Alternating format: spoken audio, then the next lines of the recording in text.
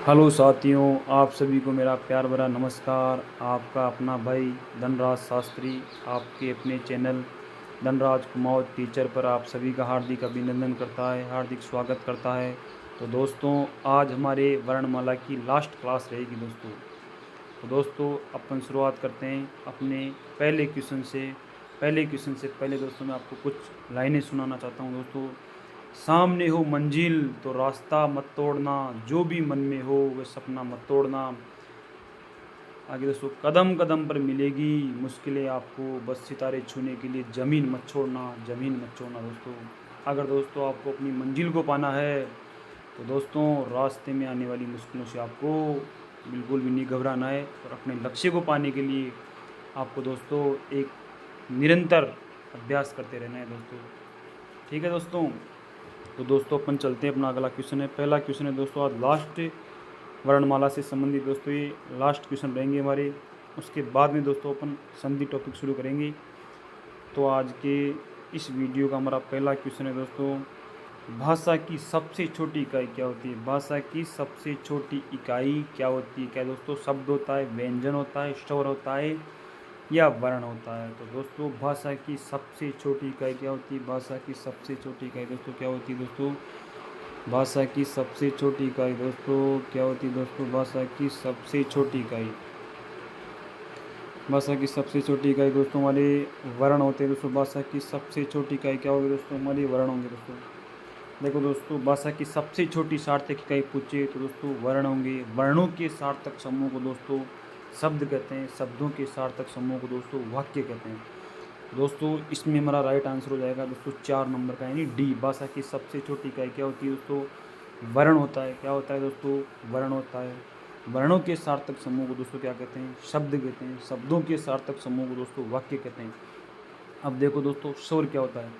स्वर क्या होता है दोस्तों? यानी ऐसे वर्ण जिनका स्वतंत्र रूप से उच्चारण कर सकते हैं, यानी ऐसे वर्ण जिनको अपन स्वतंत्र रूप से बोल सकते हैं। इनको बोलने के लिए हमें व्यंजन वर्णों की आवश्यकता नहीं होती है। ऐसे वर्ण जो स्वतंत्र रूप से उच्चारित हो सकते हैं उन्हें स्वर कहते हैं। व्यंजन ऐसे वर्ण जिनको बोलने के लिए स्वरों की आवश्यकता होती है। जैसे दोस्तों मेरे को बोलना है अ दोस्तों, अ बोलने के लिए दोस्तों मुझे व्यंजन वर्णों की आवश्यकता नहीं होती, लेकिन दोस्तों फिर मुझे बोलना है व्यंजन। व्यंजन दोस्तों मैंने बोला दोस्तों क, मैंने बोला दोस्तों मैं। तो दोस्तों इन वर्णों को दोस्तों मैं स्वरों की सहायता बिना नहीं बोल सकता, क्योंकि दोस्तों आपको पता है कि प्रत्येक व्यंजन के अंतर्गत स्वर समाहित होता है, स्वर छिपा होता है। स्वरों की सहायता से ही हम व्यंजनों का उच्चारण कर सकते हैं। तो दोस्तों हमारा अगला क्वेश्चन है, वर्णमाला किसे कहते हैं दोस्तों? वर्णमाला क्या शब्द समूह को कहते हैं? क्या वर्णों के संकलन को कहते हैं? क्या शब्द गणना को कहते हैं? क्या वर्णों के व्यवस्थित समूह को कहते हैं? तो दोस्तों इसमें हमारा सही आंसर हो जाएगा दोस्तों, वर्णों के व्यवस्थित समूह को क्या कहते हैं? वर्णमाला कहते हैं दोस्तों। व्यवस्थित कैसे दोस्तों? व्यवस्थित कैसे दोस्तों? देखो दोस्तों पहले आएगा दोस्तों क। देखो दोस्तों पहले आएगा दोस्तों क, इस क के बाद में आएगा दोस्तों ख। तो दोस्तों ख के बाद में आएगा दोस्तों ग। ये क्या है दोस्तों? वर्णों का एक व्यवस्थित समूह है दोस्तों। वर्णों के व्यवस्थित समूह को क्या कहते हैं दोस्तों? वर्णमाला कहते हैं दोस्तों। अल्फ़ाबेट कहते हैं। क्या कहते हैं दोस्तों? अल्फ़ाबेट कहते हैं। यानी वर्णों के व्यवस्थित समूह को अपन क्या कहते हैं? वर्णमाला कहते हैं दोस्तों। ठीक है दोस्तों। जैसे दोस्तों मैंने पहले लिख दिया ग, फिर लिख दिया दोस्तों च, फिर लिख दिया दोस्तों मैं। तो दोस्तों ये क्या है? ये वर्णों का व्यवस्थित समूह नहीं है, ये वर्णों का अव्यवस्थित समूह है। तो ये वर्णमाला ये नहीं है दोस्तों। वर्णों के व्यवस्थित समूह को ही दोस्तों क्या कहेंगे? अपन वर्णमाला कहेंगे।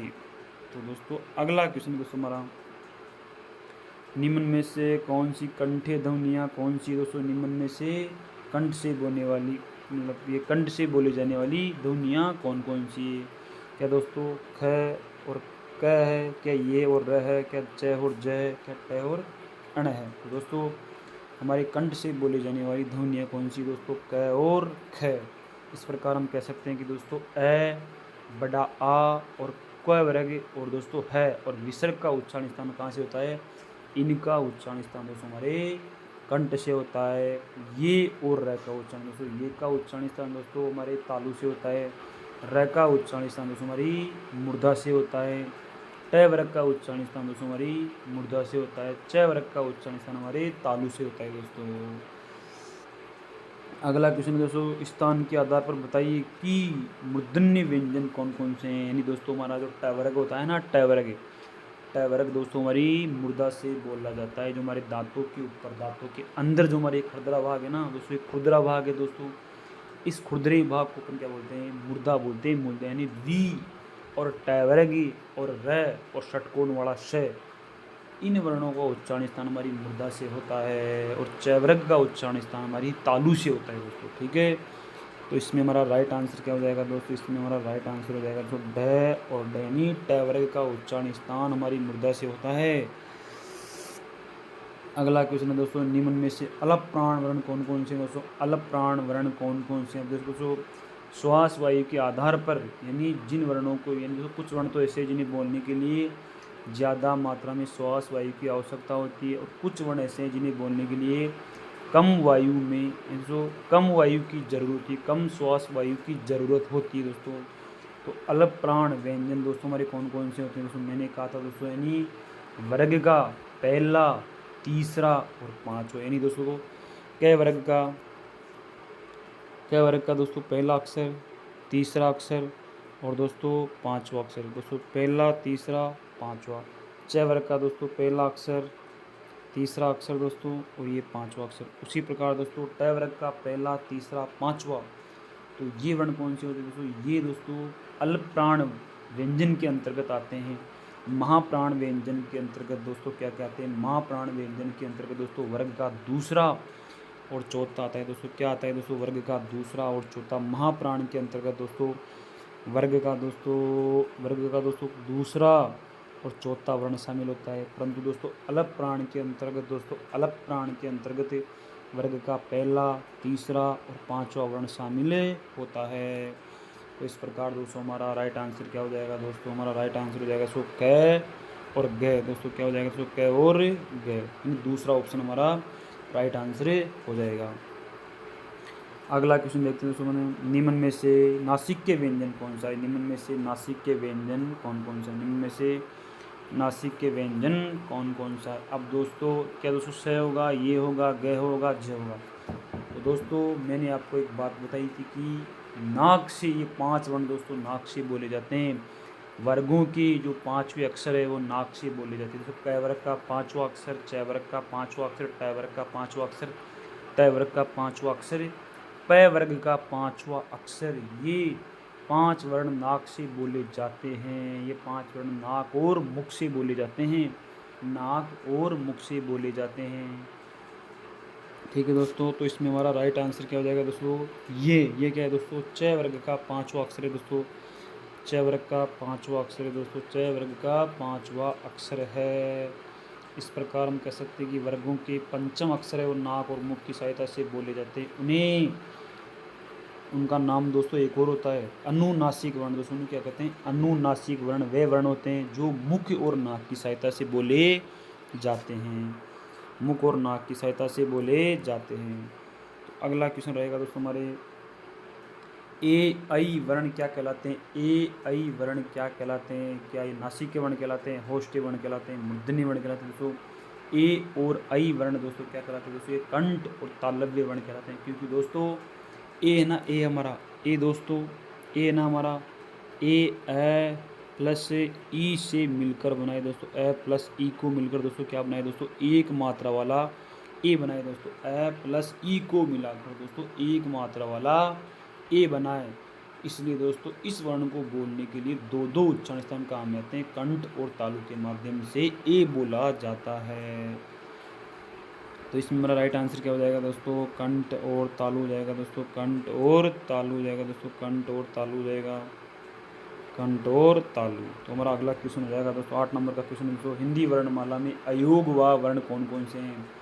हिंदी वर्णमाला में दोस्तों हमारी अयोग व वर्णों की संख्या कितनी होती है। अयोग व वर्णों की संख्या दोस्तों हमारे 2 होती है दोस्तों। एक तो अनुस्वार हो जाएगा, एक बिंदी वाला अनुस्वार हो जाएगा, 2 बिंदी वाला दोस्तों विसर्ग हो जाएगा। जिस प्रकार दोस्तों मैं कह सकता हूँ कि दोस्तों 1 बिंदी वाला ये क्या है, अनुस्वार है, 2 बिंदी वाला क्या है दोस्तों, ये विसर्ग है।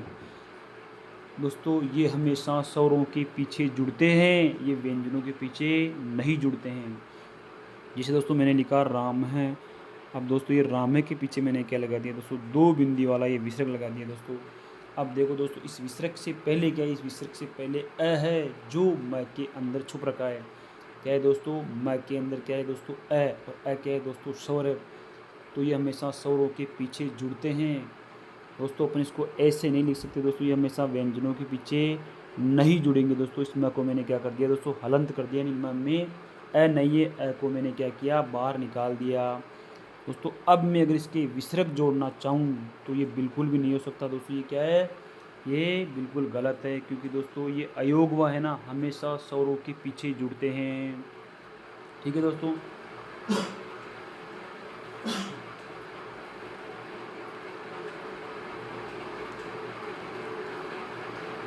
इस प्रकार दोस्तों हमारे हिंदी वर्णमाला में कितने अयोगवा है, अयोगवा की संख्या दोस्तों 2 है, अनुस्वार और विसर्ग दोस्तों।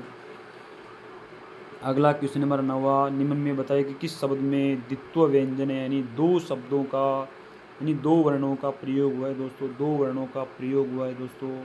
जैसे दोस्तों दिल्ली में दोस्तों, बहुत सरल क्वेश्चन है दोस्तों, दिल्ली में दोस्तों ल का प्रयोग कितनी बार हुआ है, दिल्ली में, बिल्ली में दोस्तों, दिल्ली और बिल्ली, जैसे कुत्ता, बुग्गा, इनमें क्या दोस्तों एक वर्ण का प्रयोग दोस्तों 2 बार हुआ है दोस्तों। तो ये दिल्ली क्या है दोस्तों, दिल्ली एक द्वित्व व्यंजन, इसमें एक व्यंजन वर्ण का 2 बार प्रयोग हुआ है दोस्तों। तो इसमें हमारा 3 नंबर का राइट आंसर हो जाएगा दोस्तों। यहाँ समझाने की ज़रूरत ज़्यादा नहीं है दोस्तों, जहाँ मुझे लगेगा कि यहाँ समझाने की ज़रूरत है तो मैं आपको दोस्तों बिल्कुल समझाऊँगा दोस्तों। अब देखो दोस्तों श श श है, कौन से व्यंजन कहलाते हैं दोस्तों, कौन से व्यंजने कहलाते हैं दोस्तों।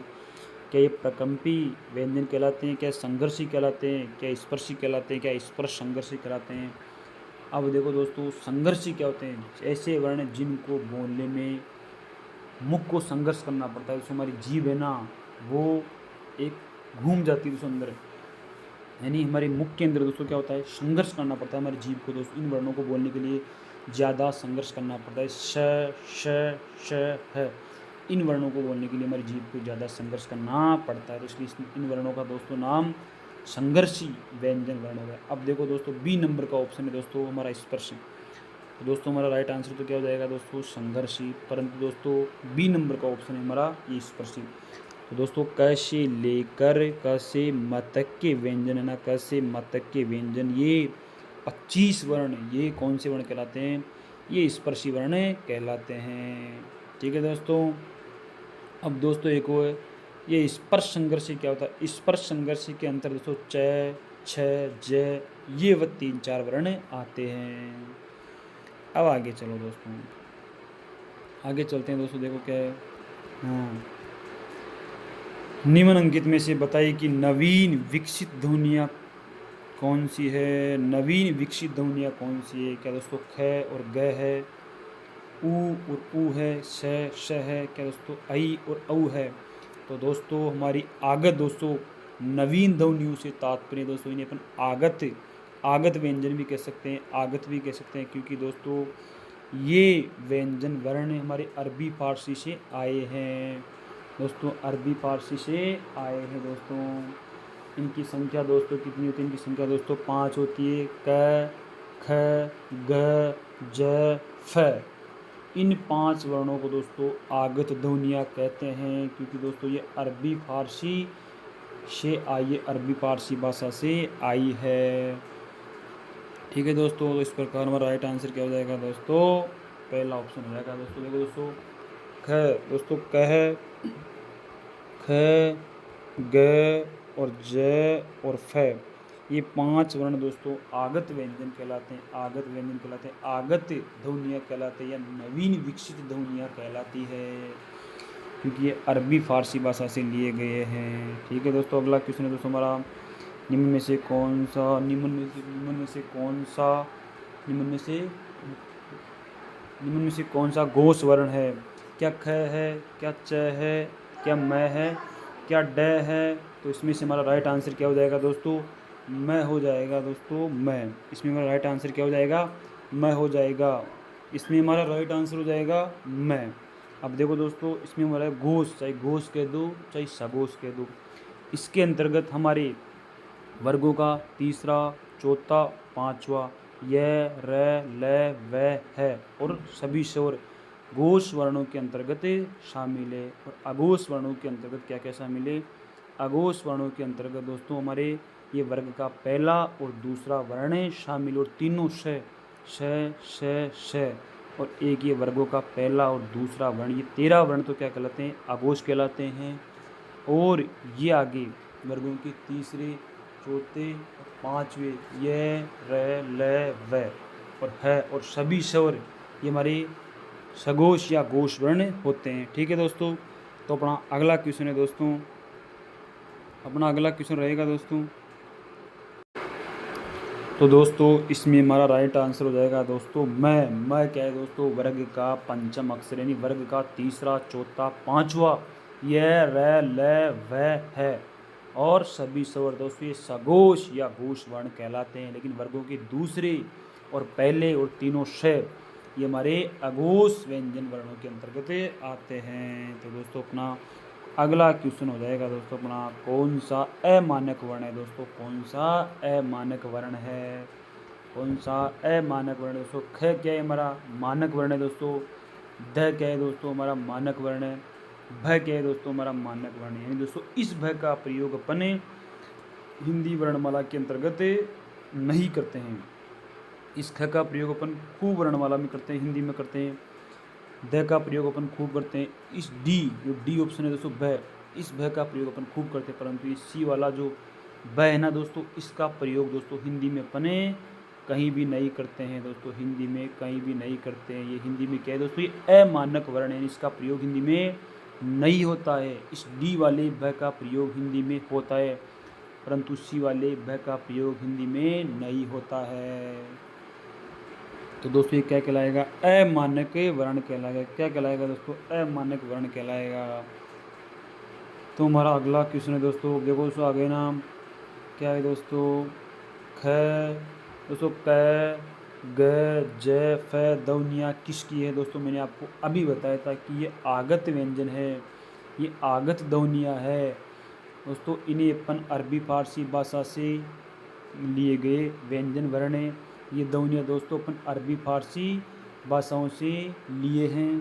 क, ख, ग, ज, फ ये 5 ध्वनियाँ दोस्तों आगत ध्वनियाँ कहलाती है। ठीक है दोस्तों, क, ख, ग, ज, फ ये आगत ध्वनियाँ कहलाती है। अगला क्वेश्चन है हमारा दोस्तों, हिंदी में मूलतः वर्णों की संख्या कितनी होती है? हिंदी में दोस्तों मूलतः हिंदी में दोस्तों कुल वर्णों की संख्या कितनी होती है दोस्तों? हिंदी में दोस्तों कुल वर्णों की संख्या कितनी होती है? हिंदी में कुल वर्णों की संख्या दोस्तों 52 होती है।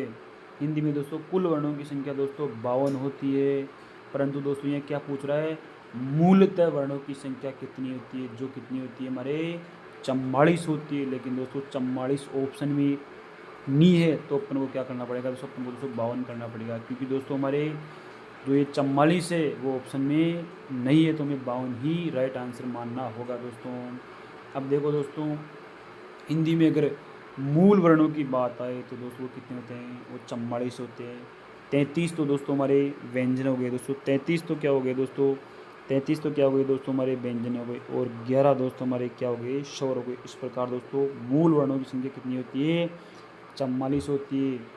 और इसमें दोस्तों कुल वर्णों की संख्या कितनी होती है? कुल वर्णों की संख्या दोस्तों हमारे हिंदी में 52 होती है दोस्तों, जिनमें दोस्तों संयुक्त व्यंजन भी आ जाते हैं दोस्तों। इस प्रकार दोस्तों ये कुल मिलाकर दोस्तों कितने 52 हो जाते हैं। परंतु दोस्तों मूल वर्णों की संख्या पूछे तो 44 करना है, और ये कुल वर्णों की बात करें दोस्तों तो 52 करना है। लेकिन दोस्तों 44 ऑप्शन में है ही नहीं, तो अपने को 52 सही आंसर मानना होगा।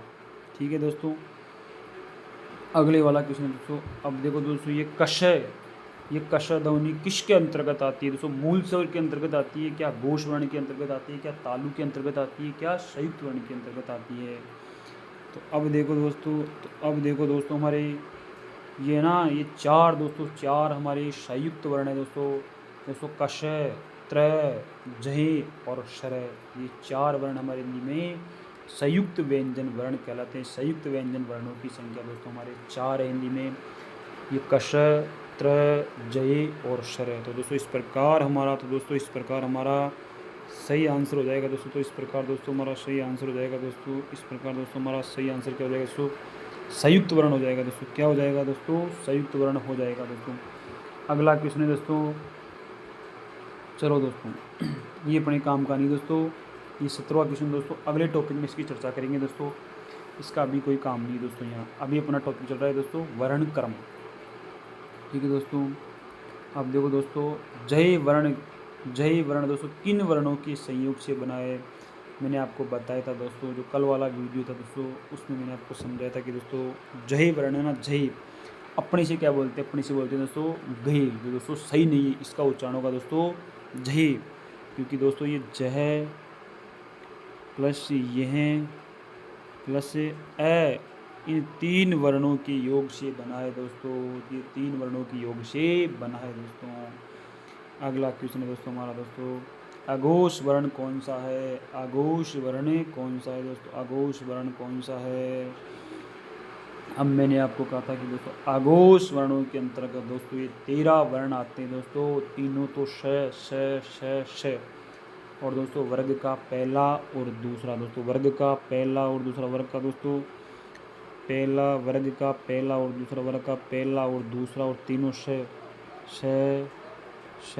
और श, यानी दोस्तों ये कितने हो गए? वर्ग का पहला और दूसरा, यानी ये 10 वर्ण तो ये हो गए। यानी कैसे कबूतर, कैसे खरगोश, जैसे चम्मच, जैसे छत्ता, है ना दोस्तों। ऐसे टमाटर, ऐसे टमाटर, कैसे ठठेरा। तो दोस्तों ये क्या हो गए दोस्तों? कैसे तलवार, कैसे थम, कैसे पतंग, कैसे पल, यानी 10 तो ये हो गए और 3 ये हो गए दोस्तों श। इन 13 वर्णों को दोस्तों अपन अघोष वर्ण कहते हैं। और वर्ग का तीसरा, चौथा, पांचवा ये व र ल है, और सभी स्वर ये 31 वर्ण हमारे सघोष या घोष वर्ण कहलाते हैं।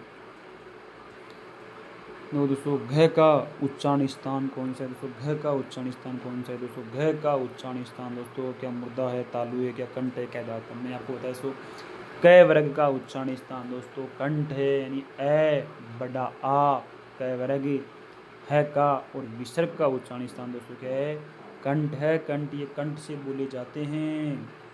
इच्छु यशानाम तालु, रीटू रसाणाम मृदा, लट्टू लसानाम दंता। चलो दोस्तों ये सूत्र है दोस्तों, उन्हें याद करने के कि किस वर्ण का उच्चारण स्थान कौन सा है, उन्हें याद करने का एक सूत्र होता है दोस्तों। अब चलते हैं दोस्तों 21 नंबर के क्वेश्चन में हमारे। चलते हैं दोस्तों, क्या दोस्तों, इनमें संयुक्त व्यंजन कौन सा है दोस्तों? इनमें संयुक्त व्यंजन कौन सा है दोस्तों? इनमें संयुक्त व्यंजन कौन सा है दोस्तों? क्या दोस्तों? ड है दोस्तों। इनमें हमारे दोस्तों मैंने आपसे भी कहा था कि हिंदी व्यंजन में दोस्तों, हिंदी जो व्यंजन होते हैं, हिंदी के जो व्यंजन होते हैं उनमें दोस्तों 4 संयुक्त व्यंजन होते हैं दोस्तों। कश, त्र, जगे दोस्तों, कश, त्र, जय और शर। अब देखो दोस्तों ये 2 वर्णों से मिलकर बनाए दोस्तों। इसमें क्या है दोस्तों? जय और दोस्तों ये, और दोस्तों ये कब पूरा होगा दोस्तों? स्वर मिलने के बाद ही इस जय का उच्चारण अपन कर सकते हैं। क्योंकि दोस्तों ये व्यंजने और व्यंजनों का उच्चारण दोस्तों कब संभव है? जब उनमें स्वर मिलता है। स्वर मिलने के बाद ही उनका उच्चारण हो सकता है, ऐसे इनका उच्चारण अपने नहीं कर सकते। अपना 22 नंबर का क्वेश्चन है, देखो दोस्तों, निम्नलिखित में से कौन सा वर्ण उच्चारण की दृष्टि से दंते नहीं है दोस्तों, यानी दांत से कौन सा वर्ण बोले जाते हैं दोस्तों? मैंने आपको सूत्र बताया था, ल और तैवर्ग का उच्चारण, ल और तैवर्ग, ऋतु लसानाम दंता दोस्तों, ल और तैवर्ग और सरप वाला से, इनका उच्चारण हमारे दांतों से होता है, और तैवर्ग का उच्चारण हमारी मुर्दा से होता है। तो दोस्तों अगला क्वेश्चन है हमारा, जिन शब्दों के अंत में अ आता है उन्हें क्या कहते हैं दोस्तों? जिन शब्दों के अंत में अ आता है उन्हें क्या कहते हैं? देखो दोस्तों यहाँ दोस्तों में 3 चीज़ों को समझना है दोस्तों। देखो दोस्तों, एक तो होता है दोस्तों हमारे पास अकारांत। अकारांत का मतलब क्या होता है? यानी जिन शब्दों के अंत में दोस्तों क्या होता है दोस्तों? अ होता है, उन्हें क्या कहते हैं दोस्तों? अपन अकारांत कहते हैं। जैसे दोस्तों राम, इस राम के अंदर क्या है दोस्तों? इस म के अंदर क्या है दोस्तों? अ है। इसके जो बाद में क्या है दोस्तों? अ है।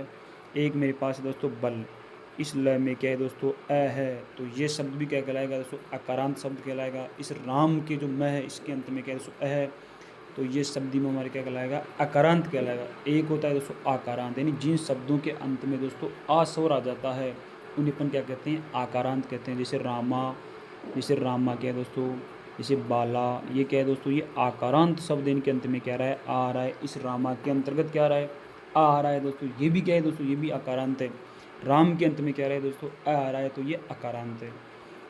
उसी प्रकार दोस्तों मेरे पास है दोस्तों हरि, उसी प्रकार दोस्तों मेरे पास है दोस्तों हरि, इस हरि के अंत में दोस्तों क्या आ रहा है ई आ रहा है दोस्तों है री, इस र के अंत में कौन सा स्वर है दोस्तों ई है, तो ये क्या कहलाएगा दोस्तों ये ईकारांत कहलाएगा दोस्तों। ये क्या कहलाएगा दोस्तों ईकारांत कहलाएगा दोस्तों। ठीक है दोस्तों। अब देखो दोस्तों हमारा तीसरा ऑप्शन है अंतस्थ। अंतस्थ क्या होता है तो अंतस्थ से व्यंजन वर्ण कौन से दोस्तों ये व र ल, ये व र ल, चार वर्ण क्या कहलाते हैं अंतस्थ कहलाते हैं। अब ये क्या होता है दोस्तों पहला ऑप्शन है दोस्तों अनुस्वार। अनुस्वार क्या होता है दोस्तों एक बिंदी वाला होता है। अनुस्वार का उच्चारण दोस्तों म की तरह होता है दोस्तों। इसमें मैंने लिखा दोस्तों रामम, इसको अपन कैसे बोलते हैं दोस्तों, इसको अपन बोलते हैं दोस्तों, इसको बोलते हैं दोस्तों रामम, यानी इस अनुस्वार का उच्चारण दोस्तों अपन कैसे करते हैं म की तरह करते हैं दोस्तों रामम। अयोग बा दोस्तों, अयोग बा दोस्तों हिंदी में कितने होते हैं दो होते हैं दोस्तों, अनुस्वार और विसर्ग दोस्तों, अनुस्वार और विसर्ग। तो दोस्तों इनका प्रयोग हमेशा अपन स्वरों के पीछे करते हैं, स्वरों के पीछे जुड़ते हैं, न कि ये व्यंजनों के पीछे जुड़ते हैं। यानी दोस्तों ये हलंत व्यंजन के पीछे ये कभी नहीं जुड़ते, ये हमेशा स्वरों के पीछे जुड़ते हैं। चलो दोस्तों अगला क्वेश्चन है हमारा, ये कषय वर्ण किसके योग से बताया दोस्तों बना है। दोस्तों मैंने अभी आपको बताया था, तुरंत इससे पहले वाले क्वेश्चन में मैंने आपको बताया था कि दोस्तों ये जो हमारा ये कषय वर्ण है किसके योग से बना है दोस्तों क, दोस्तों क और श दोस्तों क और श के योग से ये बना है दोस्तों, क और श के योग से दोस्तों ये बना है। ठीक है दोस्तों। चलो दोस्तों हिंदी वर्णमाला में स्वरों की कुल संख्या कितनी है। हिंदी वर्णमाला में दोस्तों स्वरों की कुल संख्या कितनी है दोस्तों, हिंदी वर्णमाला में दोस्तों स्वरों की संख्या दोस्तों कुल कितनी, हिंदी वर्णमाला में दोस्तों स्वरों की संख्या कुल पूछ रहा है दोस्तों, ये कुल पूछ रहा है दोस्तों में क्या पूछ रहा है कुल संख्या पूछे स्वरों की, तो दोस्तों कितनी होगी 13 होगी दोस्तों। वैसे क्वेश्चन आ जाएगा दोस्तों हिंदी वर्णमाला में स्वरों की संख्या कितनी होती है, तो अपने को क्या करना है दोस्तों 11 करना है। परंतु अगर दोस्तों ये शब्द आपको दिख जाए कि कुल कितनी होती है, तो दोस्तों में 13 करनी है। ठीक है दोस्तों। हिंदी वर्णमाला में दोस्तों जो मूल स्वर होते हैं वो 4 होते हैं दोस्तों, ए ई उ री, ए ई उ री। ठीक है दोस्तों। आगे चलो दोस्तों, निम्नलिखित में से कौन स्वर नहीं है, निम्नलिखित में से कौन स्वर नहीं है, निम्नलिखित में से कौन स्वर नहीं दोस्तों। इसमें दोस्तों स्वर कोई नहीं दोस्तों, क्या नहीं है स्वर नहीं है दोस्तों। स्वर यानी कौन सा वर्ण स्वर नहीं है, अ स्वर नहीं है, उ स्वर नहीं है, ए स्वर नहीं है, या फिर यह स्वर नहीं है। अब देखो दोस्तों ये बहुत सिंपल सा क्वेश्चन है दोस्तों। ये दोस्तों क्या है दोस्तों, ये दोस्तों हमारा व्यंजन है दोस्तों, जो च वर्ग का 5वां अक्षर है, च वर्ग का 5वां अक्षर है, जो एक ये नासिक के वर्ण भी है दोस्तों। वर्गों के जो 5वें अक्षर होते हैं वो नाक और मुख से बोले जाते हैं, उन्हें अपने अनुनासिक वर्ण भी कह सकते हैं दोस्तों, अनुनासिक वर्ण भी कह सकते हैं। ठीक है दोस्तों। अगला वाला क्वेश्चन दोस्तों हमारा, निम्नलिखित में से कौन सा ट वर्ग नहीं दोस्तों, इन ट वर्ग के अंतर्गत कौन सा वर्ण नहीं था। ट वर्ग के अंतर्गत दोस्तों आपको पता है 5 वर्ण आते हैं दोस्तों, च वर्ग के अंतर्गत भी 5 वर्ण आते हैं, क वर्ग के अंतर्गत भी 5 वर्ण आते हैं, लेकिन ट वर्ग के अंतर्गत क्या नहीं आता दोस्तों घ। दोस्तों घ क्या होता है दोस्तों, घ हमारा क वर्ग के अंतर्गत आता है। घ कहाँ आता है दोस्तों, क वर्ग के अंतर्गत आता है। तो दोस्तों इस प्रकार हमारा राइट आंसर क्या हो जाएगा दोस्तों, घ हो जाएगा दोस्तों। घ क वर्ग के अंतर्गत। हिंदी वर्णमाला में व्यंजनों की संख्या कितनी है दोस्तों, हिंदी वर्णमाला में दोस्तों जो व्यंजनों की संख्या होती है वो 33 होती है दोस्तों। कितनी होती है दोस्तों, 33 होती है दोस्तों। 33 कैसे होती है दोस्तों, दोस्तों हमारे ये 25 तो जो हमारे वर्गीय व्यंजन होते हैं दोस्तों, ये 25 तो हमारे यानी क से लेकर म तक के कितने हो गए दोस्तों, क से म तक हमारे क्या हो गए दोस्तों, ये क से म तक तो हमारे हो गए ये 25 वर्ण क से म तक के हो गए दोस्तों। 4 अंतस्थ दोस्तों और 4 ये हमारे ये ऊष्मीय वर्ण हो जाएंगे दोस्तों, 4 ऊष्मीय वर्ण हो गए, 4 अंतस्थ हो गए, और ये 25 हमारे ये स्पर्श व्यंजन हो जाएंगे, यानी 25 4 और 4 यानी 25 और 8 33 व्यंजन वर्ण होते हैं हिंदी वर्णमाला में। ठीक है दोस्तों। चलो दोस्तों दोस्तों हमारा अगला क्वेश्चन है, इनमें संयुक्त व्यंजन, दोस्तों इनमें संयुक्त व्यंजन कौन सा है? मैंने आपको अभी बताया दोस्तों, संयुक्त व्यंजनों की संख्या दोस्तों, संयुक्त व्यंजनों की संख्या दोस्तों कितनी होती है? संयुक्त व्यंजनों की संख्या दोस्तों हिंदी में 4 होती है, हिंदी में 4 होती है दोस्तों। ये वाला कश है दोस्तों, ये वाला कश है दोस्तों, ये कश है, त्रय और दोस्तों जय और श्रय, ये 4 व्यंजन वर्ण संयुक्त व्यंजन कहलाते हैं। ये 4 व्यंजन संयुक्त व्यंजन कहलाते हैं। अगले वाला क्वेश्चन है दोस्तों, निम्नलिखित में से कौन सा वर्ण उच्चारण की दृष्टि से दंत्य यानी किस वर्ण का उच्चारण स्थान दांतों से नहीं होता है? मैंने आपको कहा था कि दोस्तों ट वर्ग का उच्चारण स्थान ऋतु रसाणाम मुर्दा यानी मुर्दा से होता है दोस्तों, यानी मुर्दा से होता है।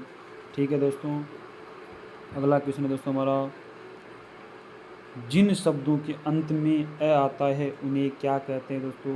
उन्हें दोस्तों अकारांत कहते हैं, अयोगवा कहते हैं, अनुस्वार कहते हैं, फिर अंतस्थ कहते हैं। जिन वर्णों के अंत में दोस्तों अ आता है उन्हें अकारांत कहते हैं, जिन वर्णों के अंत में आ आता है उन्हें आकारांत कहते हैं, जिन वर्णों के अंत में ई आता है उन्हें ईकारांत कहते हैं, जिन वर्णों के अंत में उ आता है उन्हें उकारांत कहते हैं।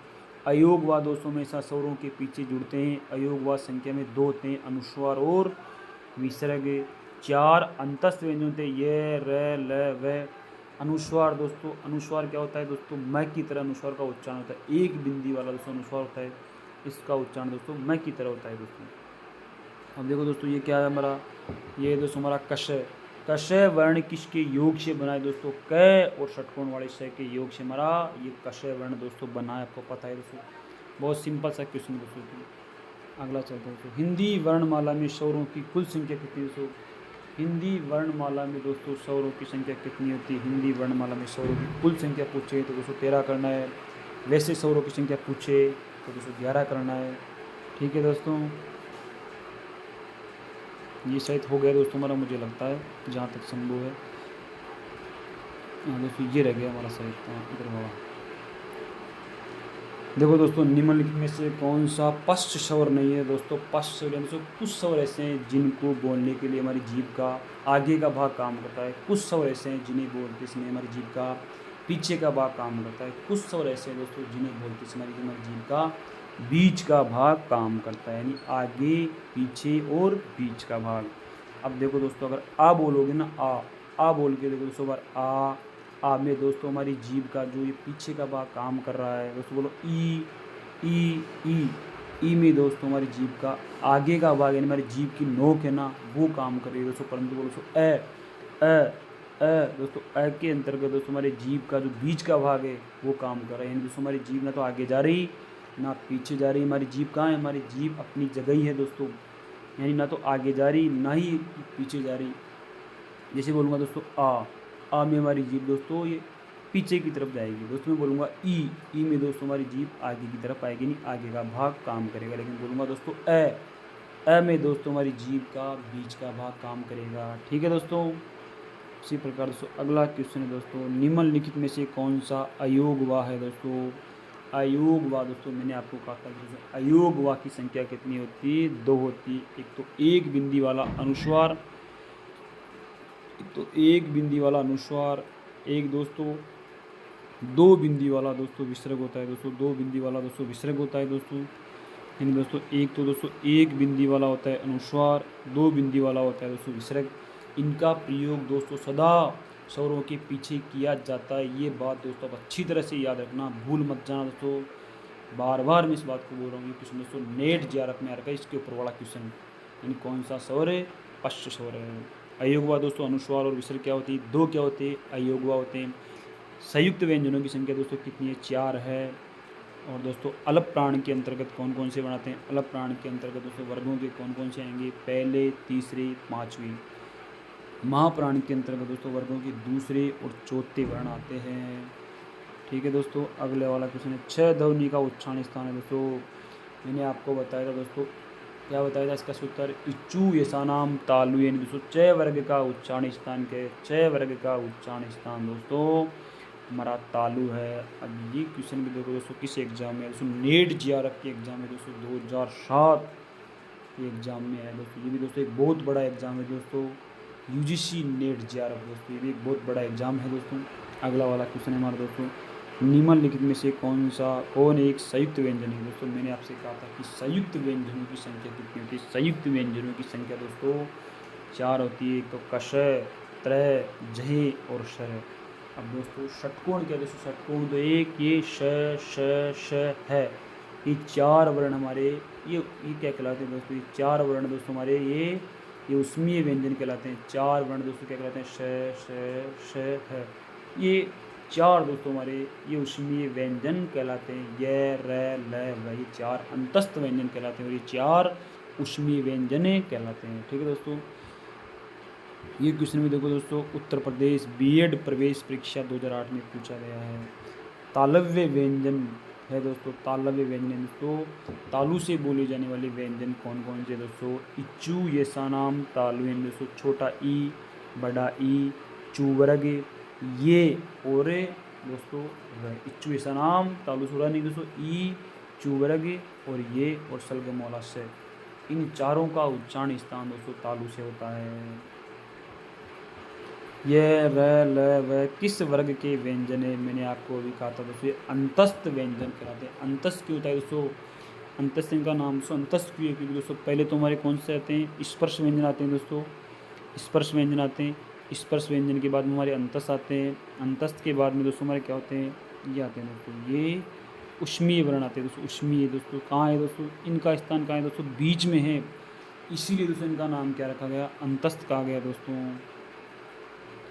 अगले वाला क्वेश्चन है दोस्तों, अनुनासिक का संबंध होता है, यानी हमारे हिंदी में कुछ वर्ण ऐसे हैं जिनका उच्चारण स्थान दोस्तों नाक और मुख से होता है, उन्हें क्या कहते हैं, अनुनासिक वर्ण कहते हैं। जैसे दोस्तों वर्गों की 5वें अक्षर, यानी क वर्ग का 5वां अक्षर, च वर्ग का 5वां अक्षर, ट वर्ग का 5वां अक्षर, प वर्ग का 5वां अक्षर, त वर्ग का 5वां अक्षर, इन 5 वर्णों का उच्चारण स्थान दोस्तों हमारे मुख और नाक से होता है, इसलिए उन्हें अनुनासिकी वर्ण कहते हैं, अनुनासिक वर्ण कहते हैं दोस्तों। अगला हमारा क्वेश्चन है दोस्तों, अनुनासिक व्यंजन कौन कौन से होते हैं, अनुनासिक व्यंजन कौन से होते हैं। तो दोस्तों मैंने आपको अभी बताया कि वर्गों के जो 5वें अक्षर होते हैं, वर्गों के जो 5वें अक्षर होते हैं दोस्तों वो अनुनासिक व्यंजन कहलाते हैं, क्योंकि उनका उच्चारण स्थान मुख और नाक दोनों से होता है। उन वर्णों को अपन क्या कहते हैं, जिनका उच्चारण स्थान मुख और नाक दोनों, उन्हें अपन अनुनासिक वर्ण कहते हैं। अनुनासिक व्यंजन कौन कौन से, वर्गों के 5वें अक्षर दोस्तों। अगला क्वेश्चन अभी देखो दोस्तों, ये क्वेश्चन है बिहार पुलिस सब इंस्पेक्टर परीक्षा दोस्तों, बिहार पुलिस सब इंस्पेक्टर परीक्षा, यानी बिहार में जो एग्ज़ाम होता है थानेदार का, यानी एसआई दोस्तों, एसआई एग्जाम में ये क्वेश्चन पूछा जा चुका है दोस्तों। अगला क्वेश्चन तो हिंदी वर्णमाला में स्वरों की संख्या है दोस्तों, क्या 8 है, क्या 9 है, क्या 11 है दोस्तों, क्या 14 है। अब देखो दोस्तों इस क्वेश्चन के अंदर ये हमारे से कुल स्वरों की बात नहीं कर रहा है, ये कह रहा है कि स्वरों की संख्या कितनी है। तो दोस्तों हमारा सही ऑप्शन क्या होगा दोस्तों, 11 हो जाएगा दोस्तों। क्या हो जाएगा दोस्तों, 11 हो जाएगा दोस्तों। अगर ये हमारे से पूछता है कि कुल स्वर कितने हैं, तो दोस्तों कुल स्वरों की बात करता तो कितने करते, अपने 13 करते। वैसे कह रहा है कि स्वरों की संख्या कितनी है दोस्तों, तो दोस्तों 11 हो जाएगी। तो दोस्तों जय हिंद जय भारत। आज का अपना अंतिम क्वेश्चन यही है दोस्तों। आज दोस्तों हमारी हिंदी व्याकरण की जो पहला टॉपिक है वर्णमाला टॉपिक दोस्तों, वर्णमाला टॉपिक आज हमारा कंप्लीट होने जा रहा है और ये कंप्लीट हो गया है। आज की क्लास का ये अंतिम क्वेश्चन है। अब दोस्तों अपन इसमें कल से संधि वाला टॉपिक शुरू करेंगे। तो दोस्तों आपको ये क्लास अगर पसंद आई हो तो दोस्तों लाइक शेयर और इसमें कमेंट करना ना भूलें दोस्तों। जय हिंद जय भारत दोस्तों। थैंक यू दोस्तों, आपने इतना ध्यान लगाकर हमारी क्लास को देखा, इसके लिए आपका बहुत बहुत धन्यवाद दोस्तों।